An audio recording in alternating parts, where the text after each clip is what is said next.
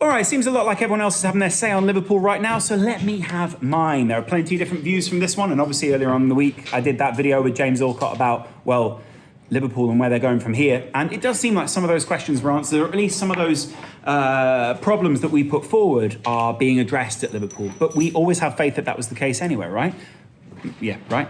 Anyway, a 1-0 win against Man City is huge, not only for confidence, but also just for the fact that you show that that defence has something in them in terms of fight, not just in terms of it being like we always need Virgil, we always need Matip, we always need X. They were without both Trent Alexander-Arnold and Matip and Konate today. And not only that, but they brought Andy Robertson back in and seamlessly fitted those guys into the back line. It's not to say that they did not concede chances, because Liverpool did. What they did was play a game plan, which, to be honest, City never really worked out. And I was kind of confused by that in the first place. I think Pep Guardiola, in many ways, was expecting Liverpool to be a bit more of a pushover. Although, maybe also the same respect that goes between the two teams goes the other way for City towards Klopp as well. Liverpool, and especially Pep Lingers, seems to have worked out quite a lot of what it is that Pep is trying to achieve with this side. So they know a bit about how to defend it. And that, in many ways, is a good thing, right? Because it shows that Liverpool are able to put a bespoke game plan together for certain opponents. But at the same time, it was the broad defensive issues that Liverpool have had for quite some time, which still at times seemed on display, should we say. There are times where Liverpool had to give away professional fouls because City would have gone down the other end and done something crazy otherwise, maybe even scored a goal in wide open space. Definitely seemed as if Thiago, Fabinho and insert Hendo, insert Harvey Elliott didn't really make fouls, but you get my point. It was as if they were told, stop this at the root, rather than letting them get down the field and then let Joe Gomez or Van Dijk or whoever have to deal with it. Also, I thought Alisson made some decent save, but I didn't think he had to pull off anything exceptional.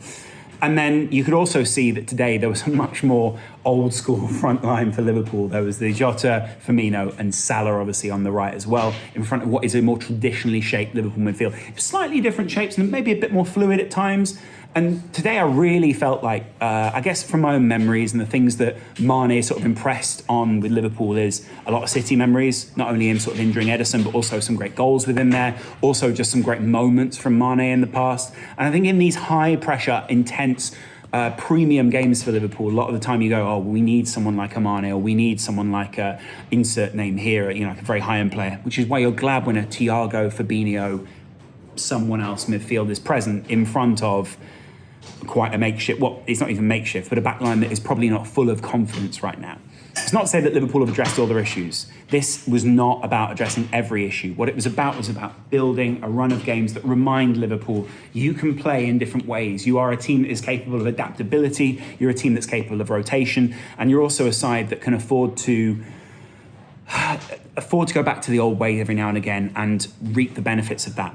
Let's not forget, Liverpool scored on the counter-attack today. It wasn't through the domination of Man City in the second half, that wasn't the first, that they scored. It was down to being able to basically soak up sustained levels of pressure from City, counter-attack, and rely on someone like Mo Salah. People talk about Liverpool in the past if they only ever dominated, as if their game plan was so one-dimensional, because the principles of what Klopp did remain throughout all of those things. But what they often forget is the small tweaks that Pep and Klopp made, and also obviously other coaching staff in the past as well, made to try to get Liverpool to play a way that could address, say, the big premium sides' tactics. Klopp addressed it pre-match. Man City are the best team in the world right now. Man City have the best or most informed striker in the world right now. But what I was expecting, what we've been saying on the show for quite a while, is that people will come up with tactics which will address those things over time, right? Week one, when people start doing things, it becomes a bit of a puzzle that you have to work out. You have to rotate it a little bit, work out where the glut of the goals are coming from Haaland. And what Liverpool did was they worked out. He scores them within that 6-yard box, sort of vertical, if you like. So you've got to try and stop the service to that area, either from crosses or by getting in front of him in that area, limiting, say, the momentum that you can get on a shot or a header or something like that, limiting the angle from which you can shoot, lowering that XP and therefore lowering the opportunity to something which is maybe just a little less Haaland right now. It's not to say he doesn't have a great finish in him, but at the same time you could see Liverpool trying to stifle him, and Van Dijk was put on as an individual muzzle for Haaland today. On top of that, I actually thought the rotation and the interest in, say, Bobby Firmino and Mo Salah in the front line massively helped Liverpool today. Firmino's confidence, I think there's 9 goal contributions, or 8 goal contributions, 5 goals and 3 assists, 6 goals, 3 assists in 5 games. pretty impressive from Roberto Firmino. And it's clear that whilst Liverpool are trying to move on and get Nunez into more positions, which they did when he came on, there are other opportunities for Liverpool, and the adaptability is something that's going to serve them really well.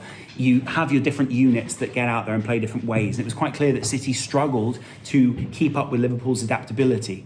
I was surprised that City didn't adapt. I was surprised that Haaland didn't come off and they didn't bring someone else on, a runner that could get in between those Liverpool players like other people have. Maybe they thought Haaland could do that. Maybe they thought he was more adaptable. But no, not in this particular instance. And Liverpool kept him quiet today, like they did in the Community Shield, like they've done before, with other strikers for that side. But the point being, up front today, there was adaptability, there was change in shape, and Liverpool have changed shape quite a lot this season, maybe looking like they're experimenting with things when actually they're trying to become a more fluid, adaptable side. And that is why we've seen them leak so many goals down that right-hand side. They want to become more fluid, they want to become smarter, they want to be able to read the game better, but also to be able to say, well, this is the issue down here during the game. The people who manage this side on the field need to adapt to that and need to make sure that everyone's in the right position. Arsenal exploited that. I was surprised City didn't today. So there are a number of caveats, shall we say. But what it does do is it gives you a 7-1 win backed up by a 1-0 win at Anfield against what was your main title rivals last season and probably the favourites for the title this season. So you can't say that there isn't something in there that Liverpool fans can hang on to, pick over and begin to believe in again, because there was doubt around the side. Klopp had to do that, the same process he went through before, from doubters to believers, doubters to believers. Now, there is the opportunity within there to say, well, you know, there are always going to be these unique experiences, these unique performances within that for Liverpool. It's not about that. It's actually about consistency if you want to beat City. It's actually about being able to play more consistently as a side. It's not even about City. These aren't the games that Liverpool need to be addressing. You don't just get up for the big occasions, you get up for all the occasions. But while people are talking about exhaustion, maybe the side being exerted, maybe Mo Salah sleeping in those silk sheets that people didn't think he had when he was still on an astronomical amount before relative to most human beings, I think that a lot of people are speculating. But the problem was, if you, as a Liverpool side, aren't performing, you leave yourself open to that level of speculation. And so they didn't silence many of their critics this week with that performance against Rangers. You were meant to perform that way against Rangers. They may have addressed a few of the problems and a few of the ideas that people had around them with the mentality issue that a lot of people were pointing out, but also with the tactical issues that Klopp has had in recent times. But those things can only be addressed with consistency. And also when another side watches that City game and goes, right, there are clearly gaps that we can exploit. Another day, Liverpool maybe concede 2. Maybe they did concede 1 goal today that was ruled out for granted a foul, but not necessarily a foul that every ref would give or not every VAR would rule out. And it was also quite clear that Liverpool, in the way that they moved City around, were trying to get Salah into these kind of positions. We're trying to get their players into positions where it was about the chance. Liverpool are willing to play the odds rather than playing just the consistency always. And that's something I'm enjoying about Liverpool at the moment. There is an adaptability, there is an unknowability about what it is that Klopp wants to do. And whilst there are very predictable elements when sometimes the team don't quite know the tactics of what is going on right there, there is credit when it does all click together. And Liverpool need to be given credit today. I've got to admit, on the show, 4-0 from Rory, 4-0 from Booby. I said my heart thought that Liverpool got a result, but my head said City surely get a result from this today. So there's a lot of credit that must go to Liverpool there. If they don't build on this, if it does come down to the fact that Liverpool, again go into a couple of games and get frustrated by a team that sit deep or a side that managed to get into Nunez's head, then we know what the next issues are that need to be addressed. But in some ways, this is an answer to some of those critics that said this team is done. A 1-0 win over City shows this side is not done yet. They did stuff that other teams this season have struggled to do. So there's a respectability, first of all, about that, but also a resurgence and a sense of confidence that will come from this. Not only for people like Alisson, who probably were sick of conceding goals, but also for that back line. Someone like Joe Gomez, who had an absolute nightmare against Napoli, now going down and keeping a clean sheet against someone like City is insane, really. So, yeah, I understand there are still some questions. Is it that Liverpool needs someone else in that midfield that's not going to be Harvey Elliott in that specific position? Is it that when they bring on all these subs, then, we are bringing on a Henderson or a Milner or whoever it is that needs to come off and on? There's not quite the depth that maybe Liverpool perceived at one point. Well, there's a lot of answers that we are going to get in the coming weeks. And leading up to the World Cup, Liverpool need to maximise this. And in those final 9-10 games, they need to switch it on. Let me know what you think down in the comments below, and I'll chat to you guys later. Much love. Bye.